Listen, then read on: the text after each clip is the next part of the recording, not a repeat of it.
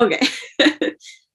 Hi there. Welcome to Professor Pearl, a YouTube channel about knitting and other crafts. I'm Nicole, and today I'm with Rebecca from Clinton Hill Cashmere.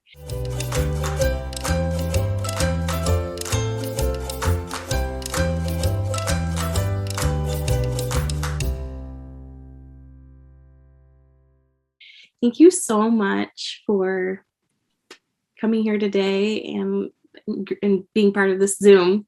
And I'm just so excited. So, Rebecca, I have been following Clinton Hill Cashmere for a while now, and I'm so glad I reached out to you. And it's been a pleasure to get to know you before this Zoom and stuff. But one thing we haven't talked about yet that I would just love to know is how you got into knitting. Yeah. So I have a pretty simple story, but it's a long time that I've been in the knitting world, or been knitting. My mom is a big time knitter, and she's a weaver, a knitter, just a crafty person. And she really believed in her children and her young children knitting. So she taught me and my brothers to knit when we were very young. I learned at 4. I'm not sure exactly when they learned. I even have a picture somewhere. I usually show it in some of the Zooms that I do, like presenting Zooms that I do about the company of me knitting, I think around age 5. So I definitely was into it for most of my childhood. I just knit though. I didn't purl. I know that for a fact that I didn't learn to purl till I was in high school. And I couldn't figure it out. It was very confusing for me, the knitting and the purling, but I knit. I don't know if I was like knitting as much as I knit now, which is, almost every day, but I knit a bunch. I knit things for gifts for my grandmothers around holidays and birthdays. And I know that I knit a hat for my cousin who was born when I was 9. So I think I knit it flat, or no, probably my mom. I never cast it on either until high school, I think. So my mom would cast on and then I would just knit. And then I think maybe I did the decreases. I don't know. So that's how I learned. And because she was such a big knitter and still is such a big knitter, I would be dragged to knitting stores throughout my childhood. I remember, vacations going to knitting stores. I know the local knitting stores that we went to in my town growing up. I remember 2 of the local knitting stores so well. One was a couple women that owned it, and another one was a husband and wife, I believe. And I remember my mom being like, this is really good yarn, and this is what we knit with, because she was like, you need it to feel good in your hand. I remember like her teaching me, the beauty of fibers and just the worth of your knitting time, even that early. I don't really recall what I knit with, what kind of yarns, but I definitely was knitting throughout my childhood. Oh, I love that. I was a childhood nerd too. And hearing that you learned at 4, my daughter Matilda, she's going to turn 4 end of this month, like actually in a week. And we talked about, because our children have almost the same birthday. So yeah. She has these like big straight needles that she likes to knit with, and she takes the yarn and just wraps it around. But my almost 5-year-old is very similar. He just pretends. And so hearing that you did it at 4, I'm like, oh, is this the year that I try to get her to do more than just wrap? Hard 8 now that I have an almost 5-year-old, and it probably depends on the child for sure. Yeah. But I think what helps is having a person at home who knits, because you need somebody to fix those mistakes and get them back on track and start the row or cast on. So I think your daughter is in good hands. Oh, you're so intended. Oh, that's adorable. Yeah. So, it was interesting when you were saying when you did so much with like knitting with the garter, like you did mostly knit and not purl. And I was thinking about how you can make so much out of just garter. You can make entire sweaters out of just garter. And exactly. I don't think I did, but so yeah, I'm thinking about this like lifelong like kind of interest in knitting. Like, how do you go from this to Clinton Hill Cashmere? So also probably it can be a very long story, but I'll give you the highlights. But Yeah. so I always knit. I was also a pretty crafty kid. I loved all kinds of crafts. I learned to sew in, I think, like eighth or ninth grade. I took some sewing classes, but both my grandmothers were seamstresses. So I inherited a sewing machine around that same time and started getting into sewing. And I really valued making clothing and garments. I was really into fashion at the time. And when I went to college, I went to a regular liberal arts school, and I had thought I was going to fashion school, and it just circumstances changed. And I just ended up thinking that this was what the best route for me was.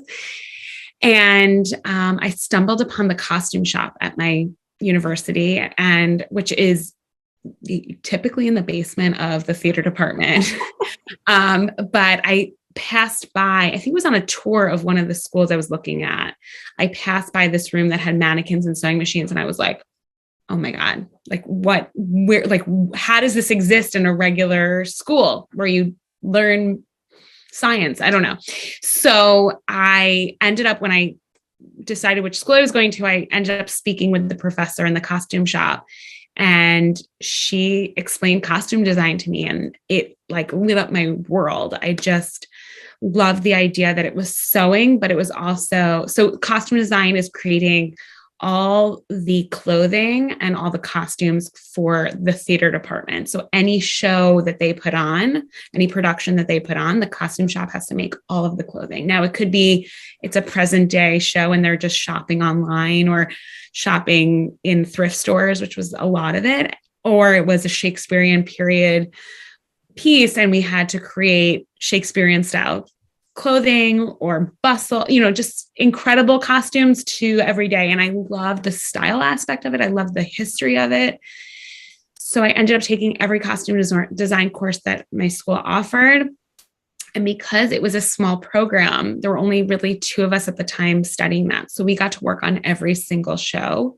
And I just got to knit. I got to dye fabric. I got to sew. I got to learn costume history, everything you can think of, just like all balled up into one: embroidery, gluing, cutting, ripping. So for a crafty person, it was amazing. And I thought that was, where I was going in life. And when I was looking for a costume design job, I needed another job until I could find that job. So after graduating from school, I took a job at a local knitting store in Manhattan. And it was a really high-end Upper East Side store. And I was like in awe of the customers, in awe of the yarn. And the owner of the store was called String. It still exists today. It's just under different ownership and different location. And the owner was like she's still a really amazing businesswoman. And she had retired from being the CEO of a .com in the 90s and opened up this yarn store. And she ran the business like a real intense business. And she taught me so much. I always say it's like I got this graduate degree or my MBA in yarn business from her and from working there. And I ended up falling in love with the business side of the yarn world and also the customers and then also luxury fibers. So that seems to be a consistent theme when you're thinking about what your mom, I'm like, okay. Yeah. I definitely valued, real fibers. My parents would take us to like farms growing up, and Rhinebeck sheep and wool I went to since I was a little kid. So I understood the farm to yarn mentality and, and then in school, I really learned the difference between the synthetics and the real fibers. So just all of that kind of takes you to where I am today. So I fell in love with the yarn world, and I stayed at String for close to 7 years. Mm-hmm. So I never ended up, I totally loved the knitting world more than I ever loved the costume world. So And I knew that deep down. I loved going to work. I loved working in a yarn store. I remember my friends at the time hated, we were right out of college and they hated going to work. I remember my roommate would get so upset on Sunday nights that work was the next day. And I remember being like, I love going to work. Like, I just love going to the knitting store. And I don't know that, how many people can say that. So it was really, really nice. And then Linda, who owned the store, retired in early 2015. And around the same time, I got a position at Vogue Knitting Magazine. Oh. Yeah. So that was like, I actually had interned there during college, which I always forget that part. It was a very short-lived internship. It was a summer gig. So I had a few connections there, and they were looking for somebody for their advertising department. And I was looking to kind of expand my knitting repertoire. I had also just gotten married. So I was looking kind of for this 9-to-5 job and, similar to what my husband had. And so I ended up working there in the advertising department, but I got to design for the magazine, work at Vogue Knitting live events. It sounds like this huge company, but it's very small. And we all got to kind of work together and do a lot of things and brainstorm. And it was such a great place to see the other side of the industry and meet people and make more connections. So from there, I went on maternity leave when I gave birth to my son in the end of 2016. And I just had this, I always knew I wanted to start a yarn company. I just needed the right time in my life. And I never thought I could just quit a job and start a company. And I didn't have that, ability or knowledge to just be able to jump in and do it. But when you are on a little bit of sleep and I was also kind of contemplating, can I go back to this 9-to-5 job and leave my son at home with somebody else? Or could this be the opportunity to really start growing my business and be able to start from working from home with an infant at home? So, you do a lot of things before you have a baby or when your baby's really little, and you think things are always going to get easier. And it's obviously not as easy to run a business with little kids at home. But I am so grateful that I had this opportunity and was able to start this business and be with my baby at the same time. So in August of 2017, about 8 months after giving birth, I launched Clinton Hill Cashmere. Oh my gosh, I did not realize that Clinton Hill was such a young company. Yeah. We're congratulations. 2.5 years old. Yeah. Thank you. It also makes me feel really good because it means that we've at least made it think that we're more real than we are or something. No. Oh my gosh. There was just so much. I was like, I feel like we have so much in common. When you were saying that you studied in costume in a liberal arts college, I'm actually a professor at a small liberal arts college. And that's one of my favorite things is this idea, when you were saying there's just two of you studying it. I just love this idea that you can explore things at a more personal level. And then the other thing I was just laughing inside about was when you were saying we make decisions as young moms or that we think no knowledge. And so as a professor, I had that same kind of feeling where I was like, what am I going to do? I don't want to leave my child with somebody or bring her to daycare. And so, and this was in the before times, before COVID. So and I remember thinking what's a great idea? Bringing my baby with me to teach every day, to bring my baby with me to school every day. And I did. I brought her with me to the university every day for her first year of her life. And I obviously have an amazing boss and amazing university that let me do that. But I sometimes am what was I thinking? I don't regret it, but I think that's easier in your head than in reality. I think that also probably taught your students some incredible skills or goals of, I don't know. I just, obviously mothers have a really tough time with work and and having new babies, especially with small maternity, short maternity leaves, but to be able to see that and a strong woman being able to work and have their baby, just shows how incredible you are. So Oh, I think that's my amazing. students are the best, though. I mean, I thought for sure it'd show up in course evaluations, so that was maybe distracting or whatever. But she ended up getting in a routine. I taught 9 to 11. That was when my class was, and she'd fall asleep, and I'd wear her, and my Yeah, students perfect nap time. loved to hold her. And if anything, it was like one of the most like positive years of my teaching career. So anyway, I'm digressing from Clinton Hill, but I was just And hearing I you hope talk, I was like, oh my gosh, this is just, I'm like, we're in a really similar stage of life. And I was relating to a lot you were saying. oh, I'm so glad. And I feel the same. So So, not to be awkward, but when we yeah. first on Zoom, the thing that I just noticed is like how cute you are. Like I literally couldn't handle it, like the beret, like everything. And I think that that's partly what has drawn me to follow Clinton Hill on Instagram is like just the pieces are really classic that you have, and you're adorable. And so I was kind of creeping on your Instagram, if I'm being honest. It's quite a ways down in your grid. And I discovered this the story that you wrote out on Instagram of the Jacqueline Beret, um, and so I was just wondering if you'd be willing to share that story here. And yeah, Absolutely. I appreciate you feeling that way about me. I don't know. You definitely don't have to. And I appreciate it.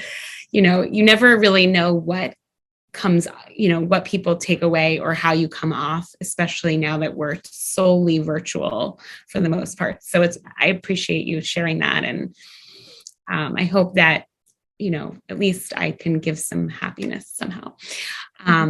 But to change the subject a bit, yeah. The Jacqueline Beret is what I'm wearing right now. And it's named for my grandmother, who is still alive. And I don't know when this is going live, but I'm seeing her in a couple of days. So I'm excited about that. And in the early starts of lockdown COVID, I wasn't able to see her that much. And she lives in an assisted living home. And obviously, being in her 90s, she couldn't be around a lot of people. But we would FaceTime all the time. And I had thought about this even pre-COVID. And I know I was thinking about it in January, right around Vogue Knitting Live 2020. I was really dreaming about a beret to add that to the collection. I felt like a cashmere beret was really what our pattern collection needed. So I kept thinking about it and it just kind of got put on the back burner. And I was in lockdown, quarantine with my mom, who taught me to knit, who's a big knitter. And I mentioned to her that I really wanted to knit a beret, but I don't have a ton of time. I'm knitting all these other things. Would you help me think it through and kind of design it? And she said, of course. And she said, it's funny. We have this photograph of your great great grandfather. Now this is my paternal great great grandfather. So it's my dad's great grandfather. And it's my grandmother's grandfather, if that all made sense. And she said, we have this photo of your great grandfather wearing a beret in Paris. And I said, and for those of you that don't know, my family, my grandparents are Holocaust survivors. So I thought, how is it possible that we even have this photograph from so long ago? But it was one of the the artifacts that came with my grandmother when she did finally make it to America. So she pulled out this photograph and it was this black beret on this older man. And I was like, that's exactly what I want to make. That's what I want. So we kind of whipped it up. We figured it out. I think we ripped a few times and then we came up with this exact beret. And I remember thinking, like, what are we going to call this beret? And I was talking to my grandmother on one of these FaceTime calls. And I said, I made this beret. And she was like, oh, I love berets. And she's French. And she said, it's so very French of you to make a beret. And I said, oh, and it just clicked. I'm going to name the beret after my grandmother, whose name is Jacqueline. She's, what other kind of name could go with this French beret? And then the more I thought about it, I said, I really would love to share the story with my audience on social media, but it is a tough story to tell. And I don't know how personal is always the right way to be on social media and with a brand. The brand is a cashmere yarn brand. It's not a me brand. But I really felt that this was an important story. I've really spent a lot of my life making sure that my grandparents' stories are heard and remembered so that the things that happen to them don't happen to anyone else, or that we hope that it doesn't happen to anybody else. And so my grandmother, when she was young and the Nazis came to power, she was able to get fake papers with her entire immediate family. So she had a brother and her parents, and they were able to purchase fake documents and change all of their names, their first and last names, so that they weren't Jewish names, that they were traditional French names. And at the time, my grandmother was very little, and they changed her name to Jacqueline, and that was her name for the next decade. And when she applied to, so they lived in hiding throughout the war. My grandmother and her family fortunately had some money, and they were able to purchase those documents, and they were also able to bribe a lot of people to either hide them or move around more frequently. And they were very lucky in that sense, because in hiding, there were many times where they came very close. My great grandfather was arrested at one point, and they were able to buy his way out of freedom. My grandfather, on the other hand, was sent to concentration camp, and his entire family was killed. So we have two very different stories within my grandparents' lives, both horrific. And fortunately, my grandmother, through hiding and being with her family, they all survived. And they came to New York after the war ended. And when she came to New York, she registered with Jacqueline. As a child, this was the only name that she knew. And she started her new life here as Jaclyn. And that's the only name that I ever knew she had. And that's the only name she's ever used here in America. So when I decided to name the beret, the Jacqueline Beret, I knew that it was the best way to pay respect to the name that saved her life. And also, pair these two things together to show I'm here today. We survived. And here I am making a beret that can show the world that this can never happen again. Oh gosh. So that's such thank you. I mean to cry. I know I've been like crying as you've been telling the story, and then now I'm only up. Sorry. And she would be she is so proud. She's a knitter, and she actually knit throughout the war. We did find she had a little notebook, and we still have it. And hopefully we will do something with it in the future. There were times where she needed things like gloves or a hat, and she would unwind, a shirt or something she found, and she would be able to make a mitten or a sock for herself because they didn't have anything.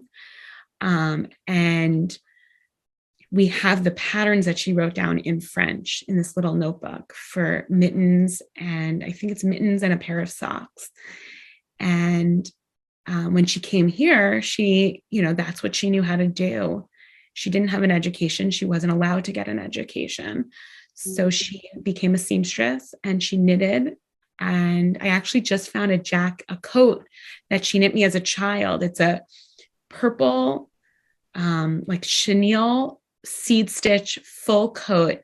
It's a little bit big for my daughter right now, but she will wear it. And it's lined, and it's incredible with a collar and pleats and little pockets. I think it had a muff also. I mean, it was just, so very French of her. And, and so the life she made was knitting and sewing. So that I'm lucky to say that I got that from her as well. Oh, this definitely been passed on to you. That's so beautiful. Thank you so much for sharing that. Thank you guys. Thank anybody for listening, because it's so important to hear these stories. And make sure that we really, there are not many survivors left, and we really need to make sure that we treat each other with respect and love. And I always say to treat others the way that you would want to be treated, so that nobody thinks anyone is different than the other based on anything. Mm-hmm. The things I had chatted with you about before recording this is I was really nervous about like talking about the Jacqueline Beret and styling berets like after such a a heart-wrenching story. And you said to me that you wanted to end on a positive note, and so to something about it giving hope to the world for this not to happen again. So thank you. Absolutely. Yeah, absolutely. I think it's really important to remember and not forget what happened, but also we need to commemorate those lives that were lost and lived. And the best way we can do it is to remember them in a positive way. So I hope that this hat, anytime anybody knits it, anytime anybody wears it, whether you remember my grandmother Jacqueline or the story or the history, or you just think about, giving somebody a smile or, treating somebody with respect. And that's the only thing we can ask for. I feel like this experience I had today with you and this is just gonna make knitting the Jacqueline Beret so much more special for me. I was just thinking about how people knit prayer shawls, or they meditate, or they use that knitting, and I just thinking you could kind of put that energy into this beret, and yeah, that's so nice. Yeah. I love it. So on this message of hope, I hope everybody watches this and considers honoring your grandmother by knitting one of these. I think that would just be an incredible blessing. Do you feel comfortable sharing some recommendations of styling a beret now? Absolutely. Yeah. So when Nicole and I were talking about styling, I was like, I need to remember to say that I always wear it off to the side like this, and that you don't have to, but I think the best way to remember this. So if you make a beret, whatever beret you make, I always have one ear out and one ear in. Oh, okay. I don't know if every pattern will fit that way. And the Jacqueline Beret is knit fairly tight to give it shape, but cashmere stretches a lot, so it does grow a bit. Just like a pattern detail, we go down to a size 4 for the brim. You can do a size 5 if you want it not as tight, or even the 6 that you do for the body. But it gives you, so I think when you put it one ear out, one ear in, it gives it this really kind of traditional beret feeling. And then we style ours with this little I cord at the top, which gives it that, really traditional beret look, I think. So that's how I always style it. In terms of color, I think there's so many berets that I've seen people make this beret and others in brights and fun colors. And I think that that's amazing. My suggestion would be to think, I always say this with anything you make, especially because we spend a lot of time, money, energy on our knits, to really think about what you're going to be wearing your beret with. So if you always wear black and you always have a black coat on, you can obviously knit it in black, which I typically do, or you can bring in a color that kind of complements that. But if your coat is red, maybe you don't want to have a red one also, or maybe you do. So kind of think about how you're going to be wearing it. It's not a super, super warm hat, although cashmere is really warm. So this does keep you warm, even though one ear is out. It is a little bit lighter than, a really chunky, cabled, ribbed, fitted hat. So maybe think about your lighter weight coats a bit, but it is really warm. I'm warm right now. Mm-hmm. So I had one on this weekend, actually at a trunk show that was in this cognac color, which is another one of my kind of go-to colors. And it looked so good because it's still kind of a neutral, but if you people have done the hot pink and the brights that we have, and it's just a really, really fun thing. I just always say, think through the way you would like it to look when you put it on with your outfit, just so that you get the most use out of it possible. Oh, that's awesome. I want to wear mine just like as maybe not like a warm weather, like a cold weather accessory, but maybe just as like an accessory. So I was imagining myself teaching in it with like a cute dress or something. And so I wanted a black one so I can like pair it with as much as possible. I also think the red one would be really fun, like Emily in Paris. Yeah. We have like a really bright kind of neon yellow color. Yeah. I was thinking that might be depending on. Yeah, I think somebody did it in the neon. I know I've seen it in the really hot pink, which is that cool. would be cool too. I love the red one. I love I'm more of like the fall kind of colors. So I love the olive and the camel, the cognac. I just think those like kind of go with what I have. And I always wear, but a red would be just beautiful, beautiful. I love it. So for people who are nervous about wearing a beret, like I was looking through some of my YouTube comments about the beret and books make along, and some people said like, I don't know about berets, if berets are for me. Like, what would you say to somebody that would say like, I don't know if a beret is for me? I think you might not know it's for you, and it might be. So I have two things to say about it. One is you might not know. Number two is it's only one ball. So, well, at least my pattern is only one ball of yarn. So try it out, see if it works for you. But I think the best thing to do is to look at whatever pattern you decide to do and whatever, beret style you decide to do. You can check on Ravelry, you can check on Instagram and see other people who have finished that exact pattern. And specifically for the Jacqueline Beret, you can search by the hashtag Jacqueline Beret, and you can see all the different people who posed in their hats.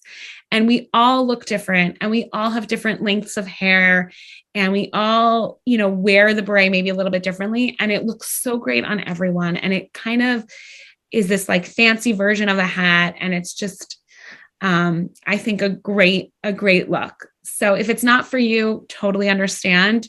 But, I know a big question always is, will it work with my hairstyle or will it work with my wardrobe? And these are all things that it's just a hat. It will definitely work with any kind of hairstyle, and for anyone, but definitely check it out because you might see it on somebody that has the same length hair as you and say, oh, that looks really great. Mm-hmm. Or you might say, I'm going to try it because it's just a fun knit and it's easy and fast, but it's also a fun make. So, and if anybody ever has any questions regarding this pattern in particular, I'm always available. So, well, thank you. Rebecca, thank you so much for today. Thank you. It's just been the best experience. So thank you. Well, thank you so much. And I really appreciate you appreciating my family story. And that means so much to all of us. I can't thank you enough. Just that somebody wants to hear it is a huge success in our history. So thank you. Oh, thank you. Bye.